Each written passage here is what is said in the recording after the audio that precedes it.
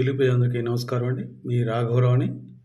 ఈ మధ్యన చాలామంది పవన్ కళ్యాణ్ గారిని తప్పుగా మాట్లాడడము, తర్వాత సారీ చెప్పడం పరిపాటైపోయింది.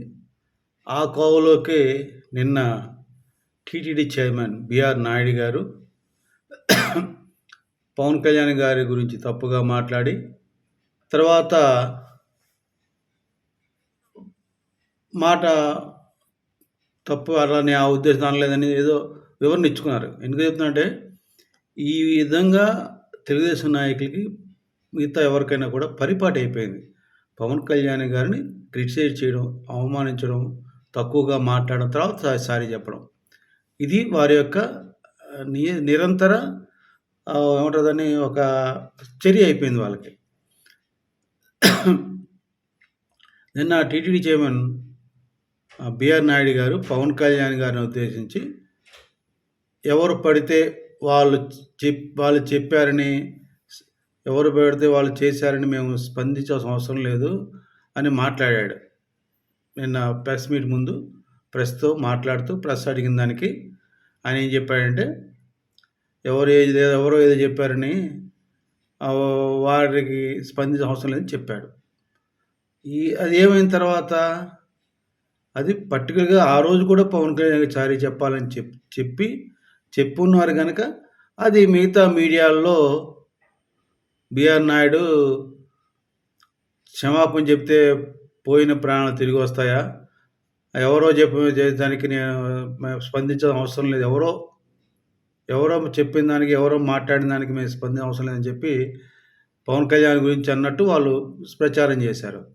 అది బూమ్రాంగ్ అయ్యేసరికి బిఆర్ నాయుడు గారు ఒక అరగంటలో తిరిగి మళ్ళీ ప్రెస్ మీట్ పెట్టి, పవన్ కళ్యాణ్ గారికి మాకు ఆదర్శం, ఆయన చెప్పినట్టు మేము నడుచుకుంటాం, అడుగులు వేస్తాం, మేము పవన్ కళ్యాణ్ గారిని ఉద్దేశించి అనలేదన్నమాట, చాలామంది మీ సోషల్ మీడియాలో అడుగుతున్నారు, అందుకని వారిని ఉద్దేశించి అన్నాను.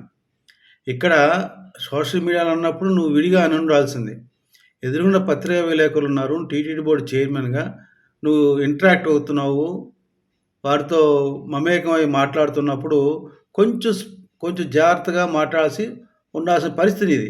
అలా మాట్లాడకుండా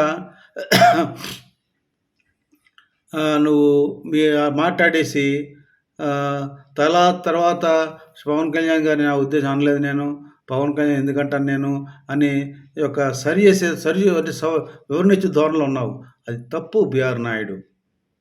నువ్వు అన్నావు కదా, నువ్వు మాటల్లో క్షమాపణలు చెప్తే మంచిదే, కానీ క్షమాపణలు చెప్తే చనిపోయిన ప్రాణాలు తిరిగి వస్తాయి అన్నావు కదా. అలాగే ఇప్పుడు నువ్వు వివరణ ఇచ్చావు, క్షమాపణ చెప్పావు, వివరణ ఇచ్చావు. వివరణ ఇస్తే నువ్వు నిన్న పవన్ కళ్యాణ్ గారిని అన్న మాట వెనక్కి వస్తుందా? అంటే నీ నోటితో నువ్వే చెప్తావు, ఎవరు పడితే వాళ్ళకి సమాధానం చెప్పాల్సిన పని లేదన్న వ్యక్తివి ఆయన గురించి అనలేదని మాట ఎందుకు అనాల్సి వచ్చింది? అదే అహంకారం కళ్ళు నెత్తి మీద ఉంటే అలాగే మాట్లాడతారు మీరు. అయ్యా బిఆర్ నాయుడు, నేను సూటిగా అడుగుతున్నా, నిన్న మీరు అన్నట్లు చనిపోతే క్షమాపణ చెప్తే చనిపోతే తిరిగి వస్తారన్నారు కదా, మరి అటువంటిప్పుడు మీరు వివరణ ఇస్తే మీరు ముందు అన్న మాట వెనక్కి వస్తుందా? దానికి సమాధానం చెప్పండి. తర్వాత మిమ్మల్ని ఎల్లో మీడియా బాగా కవర్ చేసుకుంటూ వస్తుంది, సపోర్ట్ చేస్తుంది. మీరు మీ గురించి అనుకూలంగా మాట్లాడుతున్నారు. నాయుడు గారు పవన్ కళ్యాణ్ ఎందుకంటారు, పవన్ కళ్యాణ్ గారు అంటే చాలా పరిచయం, ఆయనకి దైవభక్తి, ఈ సొల్లు కబుర్లు చెప్తున్నారు వాళ్ళు. అది మంచిది కాదు ఎల్లో మీడియాకి. ఇది నా యొక్క హెచ్చరిక. అలాగే మా పవన్ కళ్యాణ్ గారు, అయ్యా నాయుడు గారు వినండి, తెలుగుదేశం నాయకులందరికీ చెప్తున్నా, తెలుగుదేశం మీడియాకి చెప్తున్నా, ఎల్లో మీడియాకి చెప్తున్నా, జాగ్రత్తగా వినండి.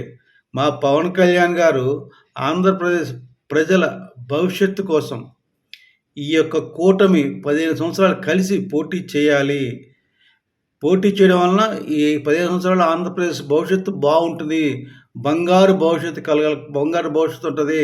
2047 విజన్ చంద్రబాబు నాయుడు గారు అయితే ఏ రకంగా విజన్ 2047 ఆ విజన్గా తయారయ్యి $3 lakh trillion ఆర్థిక శక్తిగా అభివృద్ధి చెందాలని పవన్ కళ్యాణ్ కలలుగంటున్నారు.